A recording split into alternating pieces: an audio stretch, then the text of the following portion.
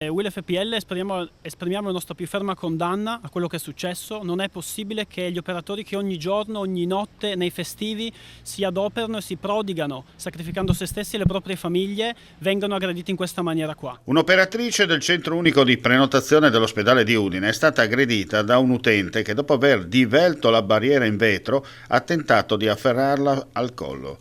Secondo quanto ricostruito, l'utente avrebbe preso il ticket elimina code sbagliato e nell'attesa si sarebbe avvicinata allo sportello chiedendo di essere servita subito. Invitata a ritirare il ticket corretto, la donna avrebbe però perso il controllo, aggredendo l'impiegata. Nemmeno l'arrivo della sicurezza interna e degli agenti del posto di polizia hanno contenuto l'aggressività della donna, rendendo necessario l'intervento di una pattuglia per condurla in questura per gli accertamenti di legge.